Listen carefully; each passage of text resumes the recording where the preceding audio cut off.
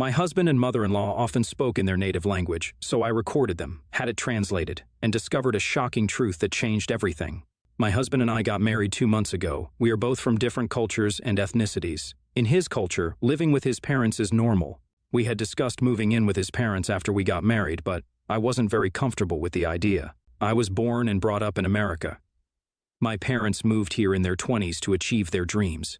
When I was 19, I moved out and they supported my decision. So I told him that I disliked the idea of moving in with the in-laws. He told me that it was an important part of their culture. I told him that I respected our cultural differences, but that I wouldn't compromise on this. I wanted us to have privacy, and I had visited his apartment. It wouldn't fit all of us. Now at this point, I thought that his parents lived with him. He had made it seem that way too. He had told me that he grew up here. We eventually compromised, and he asked me to try it out for a few months, and if I wasn't comfortable, then we could move out. So, I agreed. We had a small ceremony when we got married, but it was beautiful. I moved into his apartment, and his family was extremely sweet. I didn't feel anything was wrong. His mother and he would frequently talk in their native language, and I would be curious.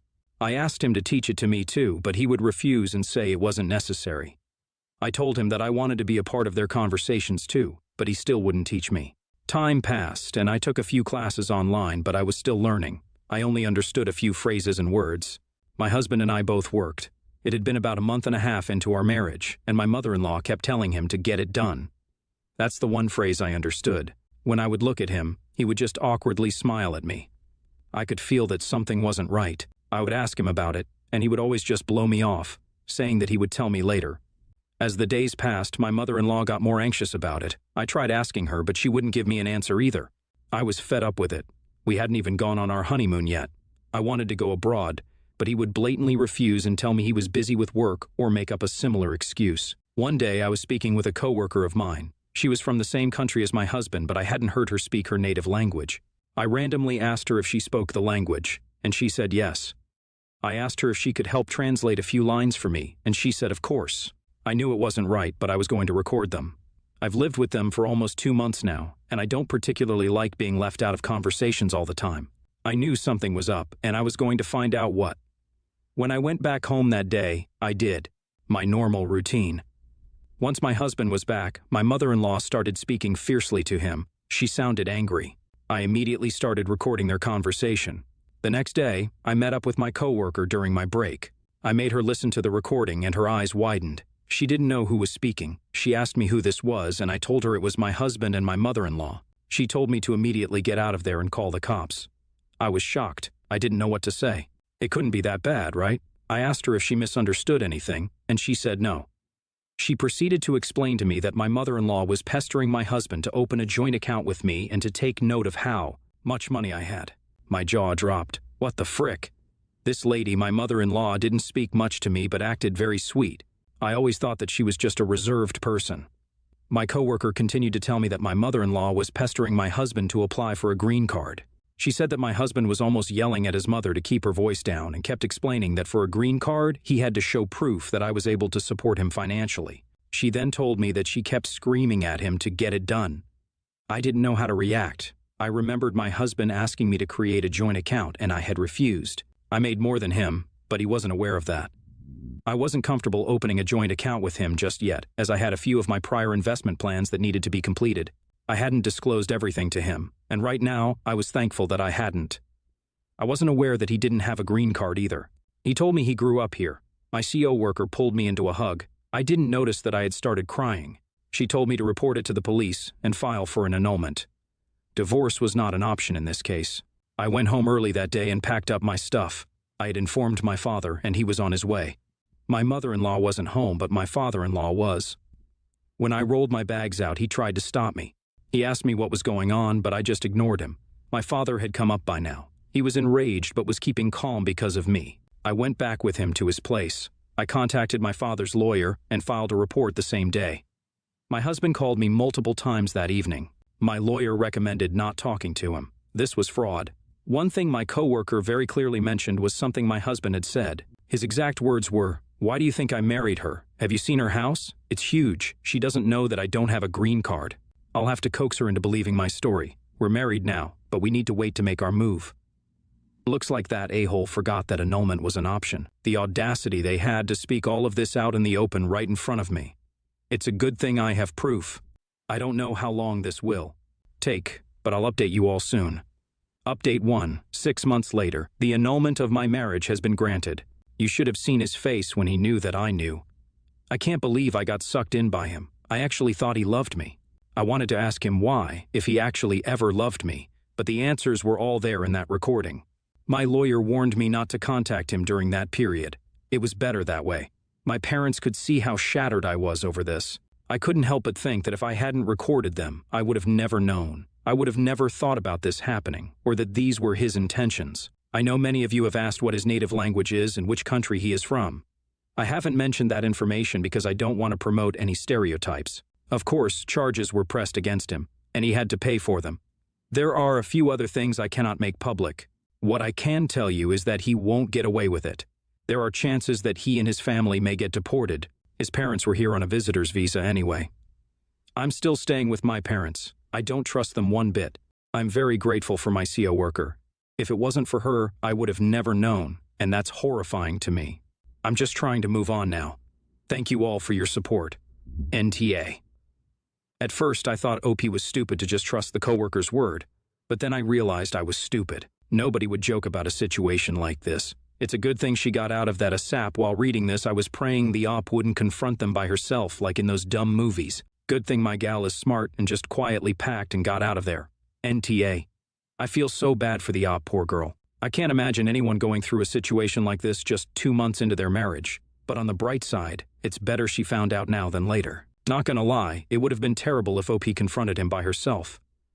These types of people, who knows what they're capable of? For the people saying that she should have done more research on his background or found out more about his family, do you all realize how good he must have been to get her to marry him? OP doesn't seem like a fool either. She followed her gut instinct and found out what was going on. She even tried to learn their language. Of course, her intentions were good when she did so, but these asses, his whole family, were in on it. This is fraud. Good thing she got it annulled. A divorce would have been problematic. NTA, and that is why you never disclose your finances fully. She got emotionally played by him. I hope OP and her family can move on and live a better life. Poor people must be traumatized by this experience. Next story. My brother is 13 years older than me, and I have known my whole life, all 19 years, that he would have preferred to remain an only child. We are not close. He has never had time for me, never wanted me in his life, or to be in mine. When he moved out, he stayed distant from me. He'd speak to our parents, visit them, but it was like I wasn't there. Over the years, I got used to it. One time when I was like 12, our parents asked him if he would let me stay for a weekend because they were attending an adult-only wedding. He said no, but he didn't just say no. He was clear that he would never want that kind of contact with me. They argued back then over it. Not sure how bad it got, but they never asked again, and nothing changed between me and him. It always stood out to me that he was almost disgusted to be asked and by the idea that he would need to spend some time with me. He never showed up to my birthdays and never got me anything for Christmas or my birthday. My parents were bothered but always told me once we were both grown, our relationship would be more equal and could grow. I think they wanted to believe that more than they actually did. My brother has been with the same woman for like 8 years. I've met her a grand total of 2 times. Now they're engaged, and everyone is all excited. His fiancée came over while I was at my parents' house for Christmas and asked me to be her bridesmaid. She brought up how they needed to include me since all of her siblings were bridesmaids and groomsmen. I asked if that was the only reason, and she went silent because, she was asking a stranger for the sake of appearances. So I told her it was nice to offer and all, but I couldn't accept, and that I wouldn't be attending the wedding.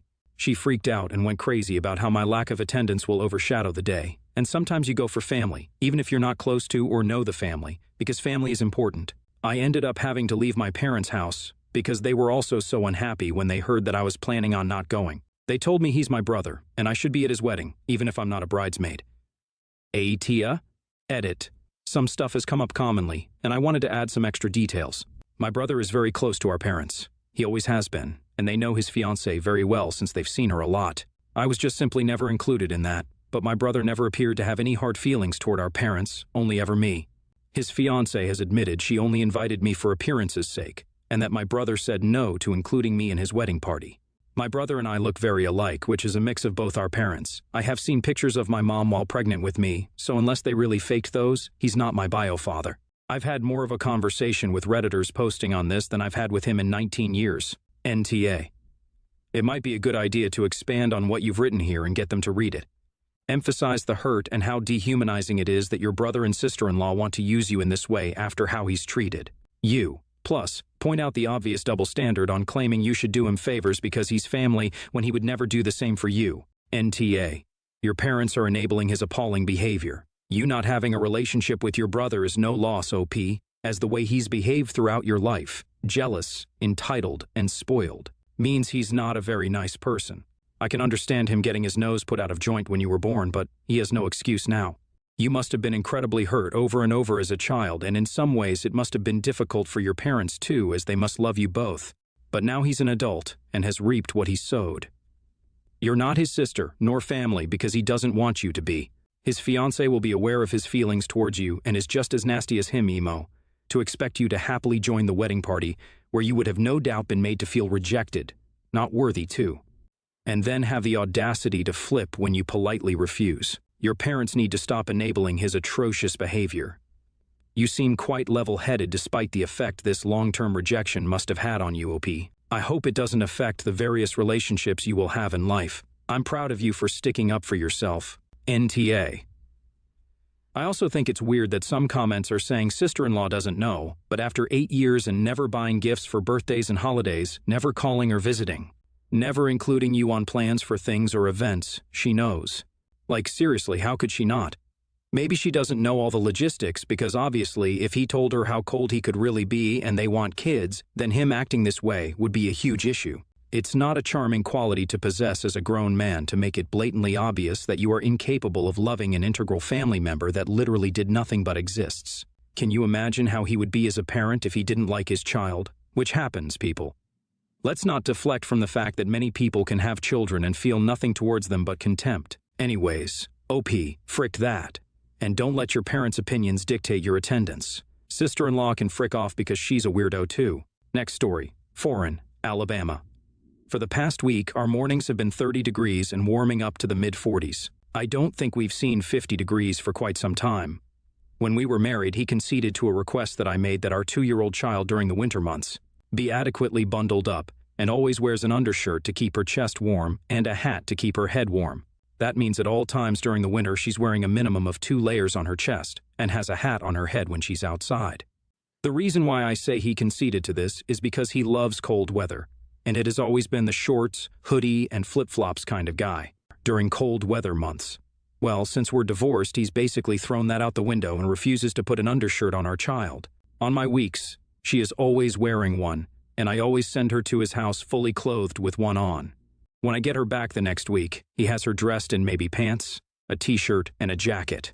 The final straw was this week. I was off work, and he wasn't, and daycare was closed, so he asked if I could watch her. I said sure, no problem. Just bring her to daycare, mommy, a normal daycare time, to keep her schedule. When he dropped her off, I about blew a gasket because he had our 2-year-old dressed in a sweater, nothing underneath it, and shorts. That's it. I took her inside immediately and put some clothes on her and asked him, why in heaven's name is she dressed like this? He said that she was only outside for 5 minutes, so he saw no point in putting a full outfit on her.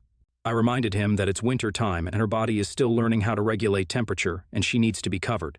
She also needed at least a shirt underneath the sweater because what if she got hot and we took the sweater off, she'd be naked. He just shrugged and went about his way, saying it's not that serious. I called his mother, who I'm still on good terms with. I told her what happened, and she was furious. She called him and scolded him, telling him to at least have 2 layers on the child just in case. He then texted me back, calling me all types of dramatic and whatnot, saying it was uncalled for to talk to his mother, but I honestly felt there was no other way to get through to him. Aitia? Esh, you lost it. You have a bit of a control freak in you. No coats with car seats, safety. We live in northern New York and don't even own a winter coat for the 1-year-old. I wrap him in a blanket to carry him out, buckle him in, and throw the blanket over him. The undershirt thing is your problem. Honestly, you need to let go of a little control there. As your child walks and probably plays outside, she should have a coat at least with her. But 30 degrees outside, a warm sweatshirt in the car would be fine. Skirts expose legs like shorts do, but somehow they're better accepted in winter, LOL. I never understood that. If someone wants to wear shorts, then whatever. I'm not saying your 2-year-old should, but sometimes that argument isn't worth having with a toddler.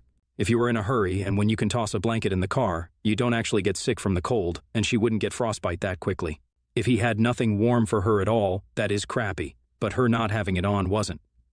But you don't get to dress her at Dad's, and this is how you make co-parenting a nightmare for the next 16 years. Pick out a nice soft fleece blanket that she can be excited about, and get 2 of them, one for your car alone for Daddy's. NTA. He is being straight up neglectful of your child. I don't know how I would get through to him either, but it seems his mom couldn't either as he still thinks he's in the right. Maybe have him speak to a doctor, but yeah, absolutely NTA for trying to make him see sense in any way possible. YTA. You sound like a control freak, and this sounds like the perfect way to push your child's father out of their life, make dealing with you so awful they just give up. I'm not sure what your obsession with an undershirt is when all you're doing is walking from building to car to building. You don't really need to bundle up like you're going cross-country skiing.